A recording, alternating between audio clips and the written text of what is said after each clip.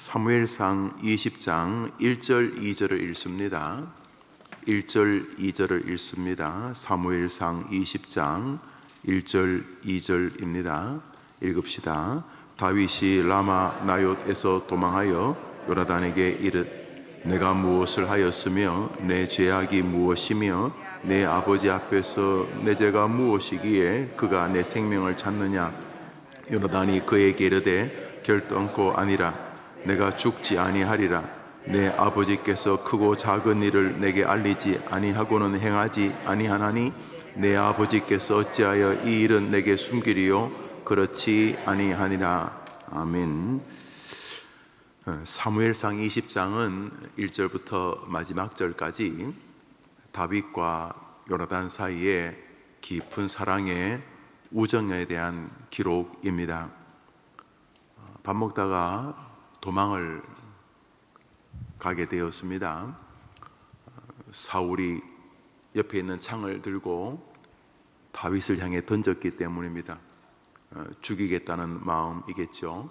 물론 그 배후에는 악신, 악령이 사울의 마음을 장악해 있었던 것이 원인이지만은 그런 계기를 사울이 주지요. 미움, 또 열등감, 또 시기, 또 하나님의 뜻보다 앞선 권력, 욕망 이런 것들이 그 성경에 표현하면 악신이 들어갈 그런 공간을 마련해 주게 된 거죠. 사울이 다윗을 죽이려고 하니 다윗이 어떻게 하겠습니까? 둘 중에 하나죠. 사울과 싸워 사울을 죽이든지 도망을 가든지.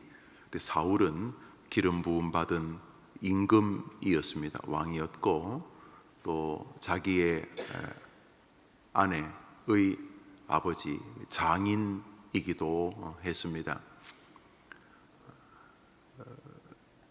그 순간 도망을 가서 이제 참 힘겨운 고난의 시절이 이제 시작이 되는데, 그 사울 임금과는 달리 사울의 아들 왕위 계승 1순위 이스라엘 권력의 2인자 요나단 왕자는 그 아버지와 다른 인물이었습니다.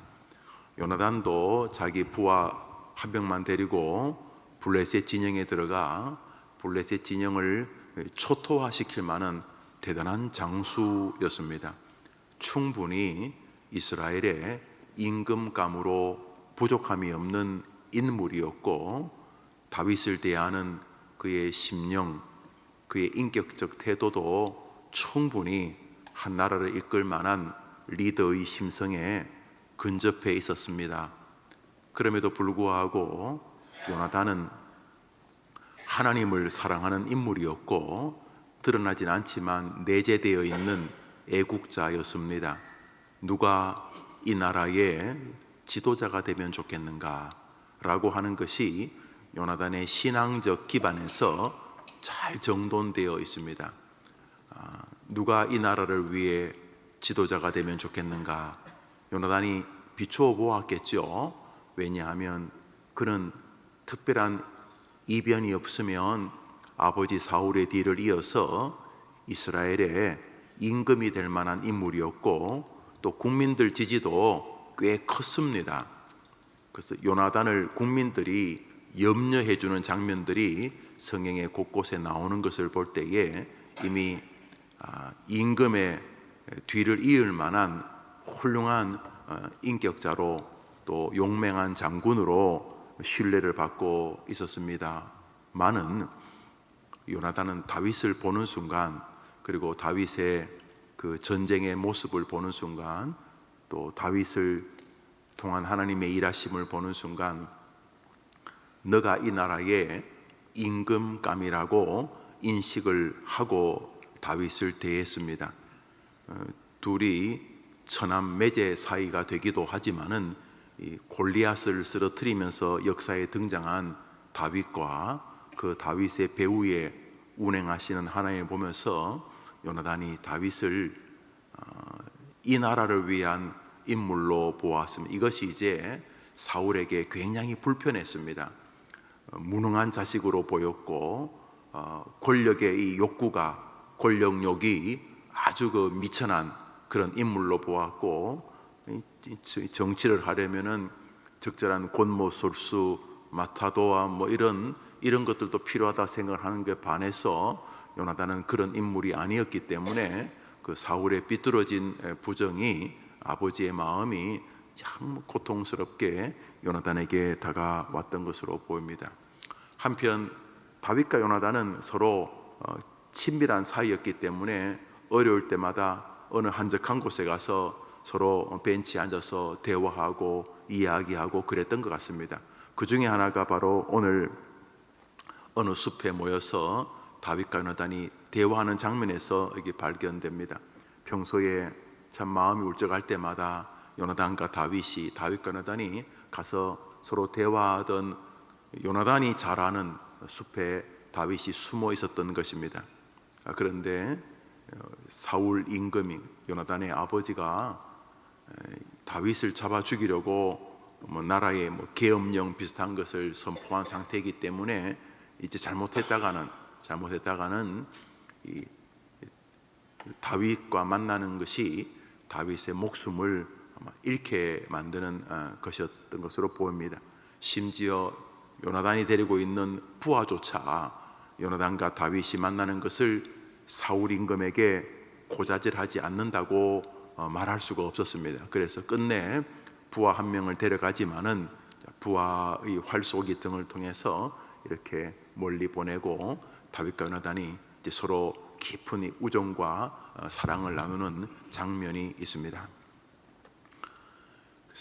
사무엘상 20장 전체가 다윗과 요나단의 참 눈물 어린 애정의 이야기로 이루어져 있습니다. 아주 깊은 친밀함의 관계입니다. 전반부는 다윗이 참 읍소하면서 형님, 요나단이 나이가 좀 더 많았던 것으로 보입니다. 형님, 왜 아버님께서 이렇게 저를 죽이려고 하십니까? 제가 임금이 되려고 쿠데타를 일으킬 마음도 조금도 없고 정말 내가 최선을 다해 아버님을 보필하고 이스라엘을 위해서 힘을 쓰는데 왜 아버님은 나를 죽이려고 하십니까? 거기 형님 마음도 있습니까? 이러면서 이제 흐느끼고 있습니다. 절대로 그렇지 않다. 그리고 아버지가 내가 모르게 너를 죽이진 않을 거다. 거의 모든 국정을 그래도 나와 상의해 주시니까 너에 대한 것도 분명히 말을 하실 거다. 그런데 사울이 친밀하게 이 다윗을 죽이고자 하는 마음을 요나단에게는 끝내 이렇게 완벽하게 드러내지 않을 뿐만 아니라 또 살이 죽이고자 하는 마음을 감추지도 않았습니다. 결국 사울은 다윗을 죽여버리려고 굳은 결심을 하게 되고 그것을 최종적으로 확인하게 된 요나단은 이제 다윗을 어쩔 수 없이 자기 곁에서 떠나보내야 되는 이제 시기가 되었습니다. 왜냐하면 언젠가는 숨어있는 다윗의 이곳이 발각될 것이기 때문입니다. 그런데 지금 제가 여러분에게 이렇게 아침에 말씀드린 것을 성경은 한 두세 줄 정도면 충분히 성경적으로 설명할 수 있는 내용입니다.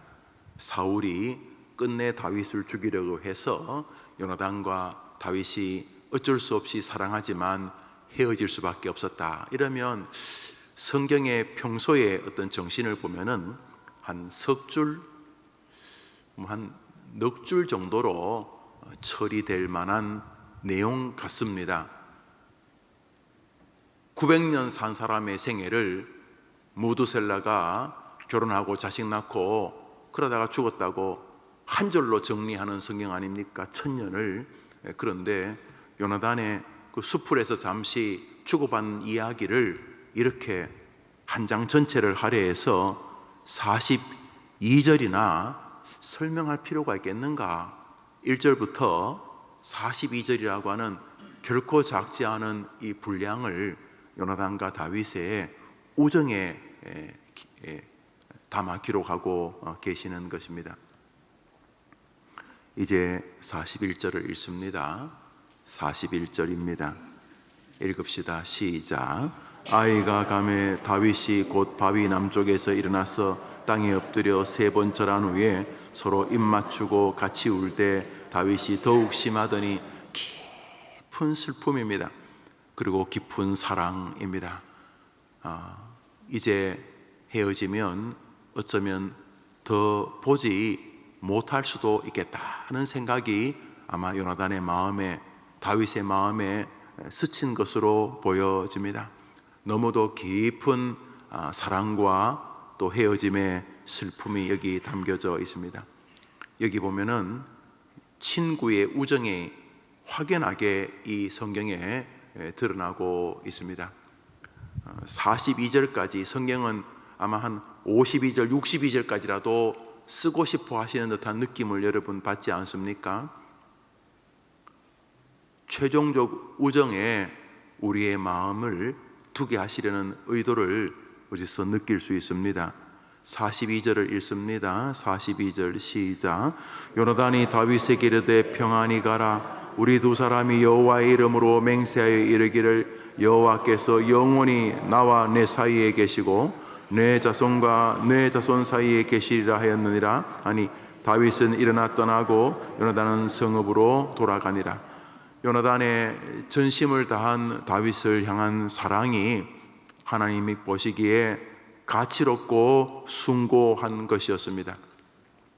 이 요나단과 다윗의 이 아름다운 우정을 40여 절로 기록하고 있는 주님은 본질적으로 우리를 향한 한 친구의 우정을 생각하게 하는 것이죠. 다윗과 요나단, 이 두 사람의 우정은 아주 큰 영향을 미치게 됩니다. 결국 요나단 생각대로 하나님이 때가 되어 사울을 패하시고 다윗을 임금으로 세우시지요. 아시지요? 권력이라는 것이 무서워서 새로 생긴 권력은 이전 권력을 어떻게 해서든 초토화시켜서 감옥에도 보내고 탄핵도 시키고 심지어 죽이기도 하고 그러지 않습니까? 그런데 다윗이 임금이 되어서 모든 혼란이 정리된 다음에 가장 먼저 한 것이 요나단의 집에 누가 생존해 있는 사람이 있느냐라고 묻게 됩니다. 그 난리 법석통에 블레셋에 의해서 사울이 길보아 산에서 죽고 바로 그 산에서 요나단도 죽게 됩니다. 사울의 대부분의 아들이 다 전쟁에서 죽게 됩니다.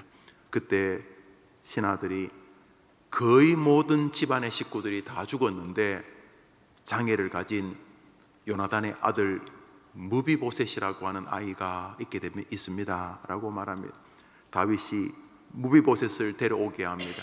그리고 그에게 그의 할아버지 사울의 거의 모든 재산을 다 돌려주고 뿐만 아니라 다윗 임금의 상에서 같이 먹게 합니다. 아들처럼 생각한 것입니다. 그것은 바로 그의 아버지 요나단과 다윗 자기와의 우정의 결과였습니다.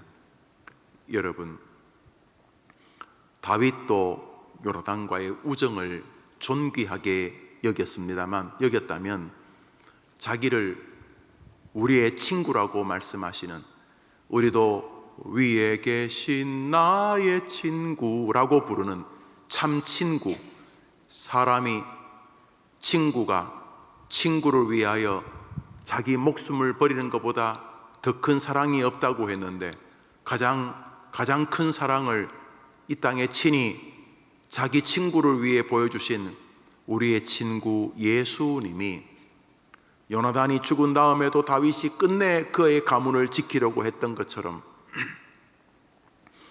자신을 진심의 친구로 의존하고 사랑하고 섬기고 예배하고 경배하는 우리들을 어떻게 대하실 것인가 하는 것입니다. 사무엘상 20장을 보고 사울과 요나단과 다윗의 우정의 이야기로만 성경을 본다면 그것은 과도한 분량이 아닐 수가 없습니다. 그런데 이 성경 한 절 한 절에 뒤에 오실 우리의 진짜 친구, 친구의 대명사 다윗과 요나단을 능가할 정말 친구로 우리들을 받아주시고 우리를 하나님 앞에 동일하게 자신의 친구, 자기가 목숨을 버려서 건져낸 자신의 친구인 우리들을 전능하신 심판주 하나님 앞에서 변호하고 중보하실 예수 그리스도의 친구의 완전성에 비하면 이것은 아무것도 아니지 않겠습니까? 여러분, 인간 친구 다윗도 그의 요나단을 향한 사랑을 끝내 보존하였다면 우리의 친구 되시는 예수님이 우리를 어떻게 지키실까는 말할 필요도 없는 것입니다. 여러분, 우리에게 친구가 있는 줄 믿습니다. 사람이 그 친구를 위하여 목숨을 버리니 이보다 더 큰 사랑이 없다고 하지 않았습니까? 우리 주님은 우리를 위하여 자기의 목숨을 버리셨습니다. 결국 다윗과 요나단의 이 아름다운 진리를 통해서 주님은 뒤에 오실 친구 되신 자기를 우리가 바라보게 하시는 것이 아니지 않겠습니까? 오늘도 친구 되시는 예수님과 함께 승리할 수 있다는 믿음이 여러분에게 있게 되기를 바랍니다. 특별히 친구에 대한 신뢰 말입니다. 오늘 요나단이 다윗을 보존하고 다윗이 요나단을 사랑하는 이 아름다운 우정 말입니다. 비록 우리가 이해에 미치지 못한 부족한 친구라 할지라도 우리가 아직 죄인 되었을 때에 우리를 향한 자기의 사랑을 확증하신 우리를 위하여 생명을 주신 친구 예수님은 끝내 우리들을 보존하고 지키실 것이라는 믿음이 여러분 오늘 삶의 힘과 용기가 되어야 하지 않겠습니까? 오늘자 날주 시편 36편을 한 절 보겠습니다. 시편 36편입니다.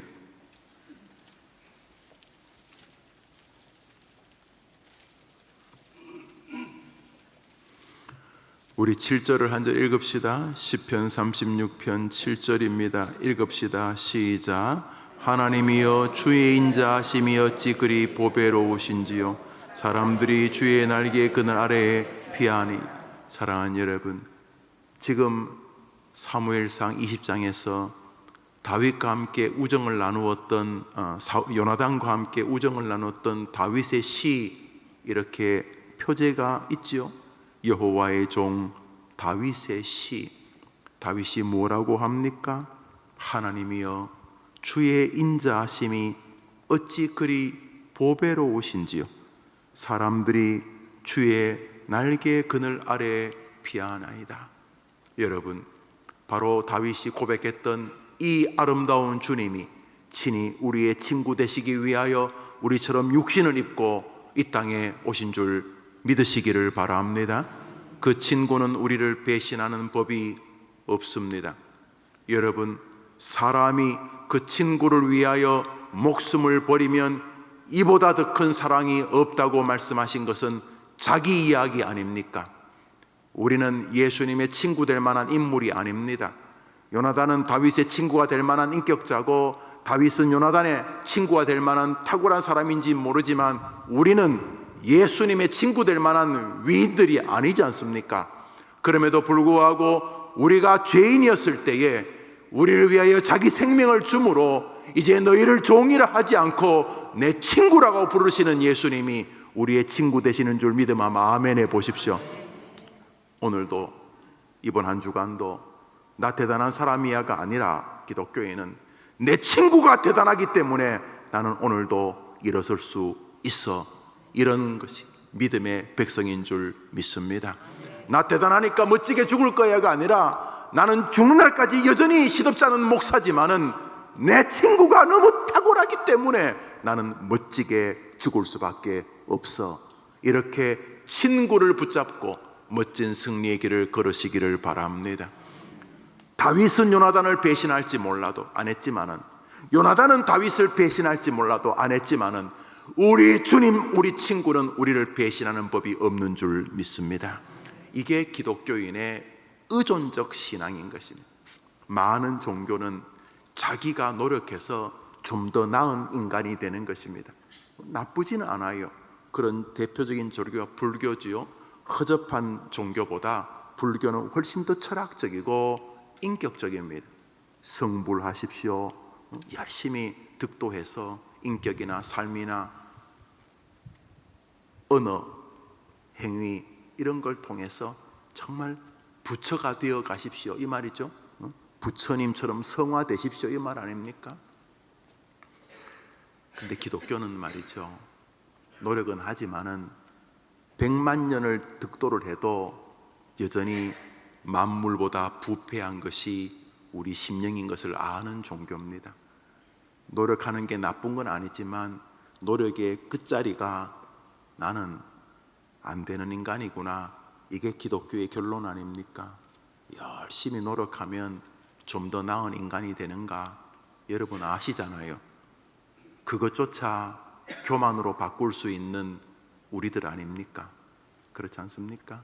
그래서 오늘도 우리는 살아보면서